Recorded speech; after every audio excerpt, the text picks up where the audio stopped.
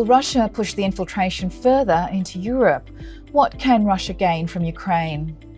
The world economic sanctions of Russia, which started with its banking system, escalated further to Germany and UK, preventing the use of the Nord Stream 2 gas pipeline. And although Europe's mentioned goal at the turn of the previous decade was to decrease their dependence on Russian gas, it has in fact increased from what was 27% in 2013.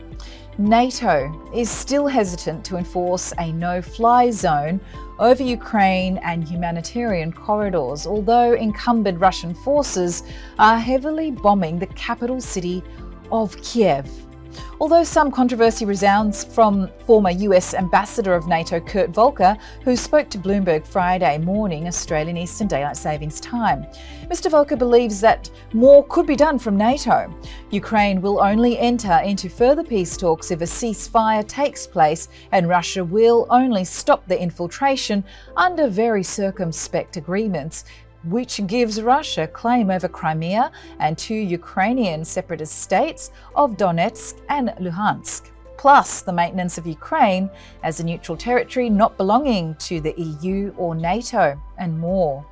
Although respectful of US Secretary of State Antony Blinken's decisions to maintain latency in the Russian conflict, Mr. Volker said that inaction now could lead to having to deal with Russia at a later stage if its army grows in power and attempts to make entry into other European regions, drawing a parallel with Hitler's taking of Sudetenland as an appetizer before embarking on the main course of larger European countries in the 1940s. After the Georgian War in 2008, Russia's economy suffered badly, yet its motivations for taking Ukraine are great. Known as the breadbasket of the former USSR, Ukraine has a substantial amount of wheat and grain. In short, the agricultural assets coming out of Ukraine could support 600 million people, it was reported by Seeking Alpha. Combined, Russia and Ukraine provide the world with over 25% of wheat, as well as close to 20% of global corn. Ukraine is the #1 exporter of sunflower oil, and from data obtained from Seeking Alpha, it is the second largest producer of barley, the fourth largest producer of potatoes, fifth in rye and honey production, and it also ranks highly in the production of eggs from poultry and cheese. But that's not all. Ukraine's comparatively large landmass and rich mineral soils ranks it in the top 5 European countries for titanium ore, mercury and gas reserves. Globally, Ukraine is ranked 2nd for manganese ore and 7th for coal reserves.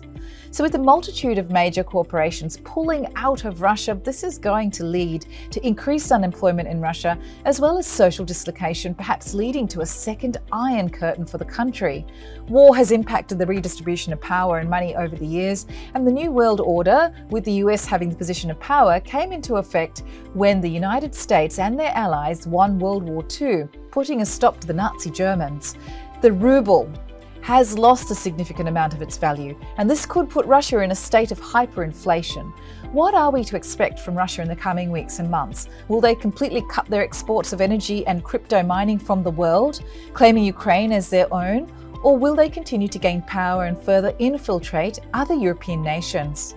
It's difficult to anticipate Putin's moves.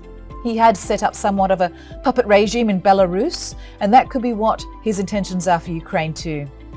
The world waits to see how this conflict that began on the 24th of February 2022 will escalate, and how it will impact Russia and the world economies further into the future.